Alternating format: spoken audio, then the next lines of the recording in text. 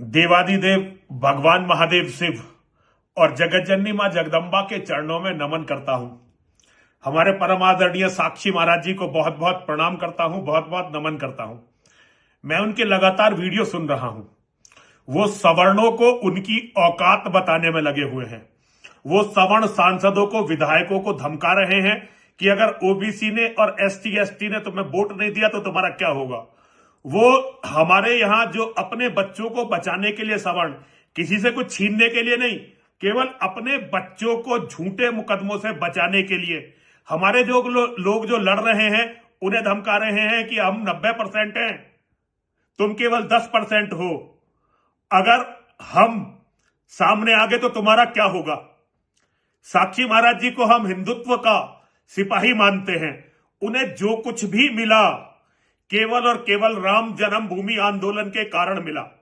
स्वामी जी, अगर राम जन्मभूमि आंदोलन नहीं होता तो आपकी 2 पैसे की भी औकात नहीं थी, 2 कौड़ी की भी आपकी औकात नहीं थी। आपके जैसे जन कितने घूमते हैं। महाराज, मैं आपका अपमान नहीं करना चाहता, मेरे लिए तो आप बहुत परमादरणीय हैं, लेकिन आपने जो ये जहर उगला है हम लोगों के खिलाफ, उन लोगों के खिलाफ जो अपने बच्चों को और सबसे बड़ी बात संपूर्ण सनातन धर्म को बचाने के लिए लड़ रहे हैं। अगर यह मामला सवर्ण का होता तो स्वामी जी मैं कभी भी इसमें नहीं पड़ता, लेकिन यह संपूर्ण सनातन धर्म पर आघात है। और आप जैसे कि आपका स्वभाव है, आप तो एकदम हमें छोड़कर मुसलमानों से मिल गए। आपने तो एकदम अपने आप को मुसलमानों से मिला लिया, 90% हो गए और हमें छोड़ दिया। स्वामी जी, मैं ये नहीं जानता आपके कहने से कितने सवर्ण हार जाएंगे। मैं ये नहीं जानता कि आप कितने लोगों को हमारे खिलाफ सड़क पर उतार पाओगे, लेकिन मैं आपसे निवेदन करना चाहता हूं। आप खुद भी जानते हैं, आप पहले भी भारतीय जनता पार्टी को छोड़कर मुलायम सिंह यादव जी के साथ चले गए थे और तब भी यही आरोप लगाकर कि भारतीय जनता पार्टी में ओबीसी के हितों की रक्षा नहीं होती, ये बहाना बनाकर गए थे बीजेपी के बुरे टाइम में।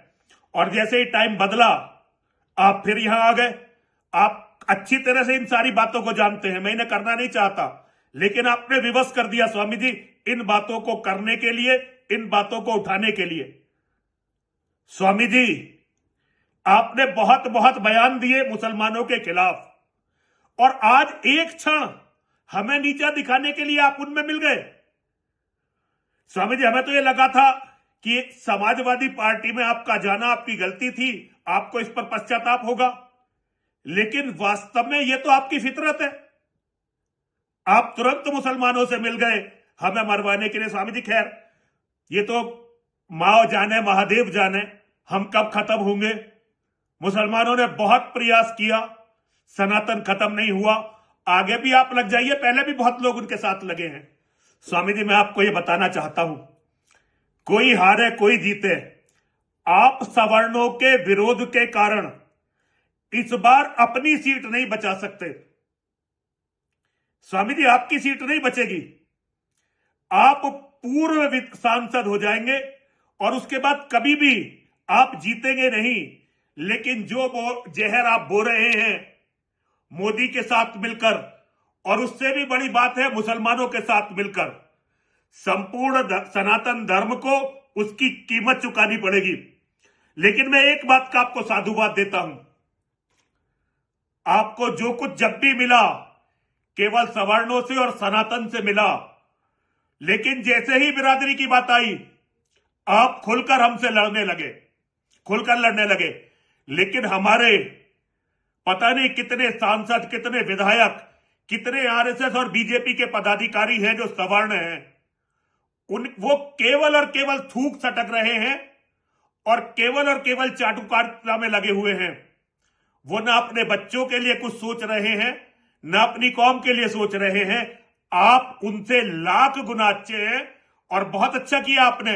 आप उन्हें औकात बता रहे हो, हमें भी औकात बता रहे हो। मैं आपको साधुवाद देता हूं। जो मैं आपके विरुद्ध बोलना नहीं चाहता था, मजबूरी में बोला हूं। आपके भगवा को कोटि कोटि प्रणाम करता हूं, लेकिन यह बात बोलनी ही थी। हर हर महादेव, हर हर महादेव, हर हर महादेव।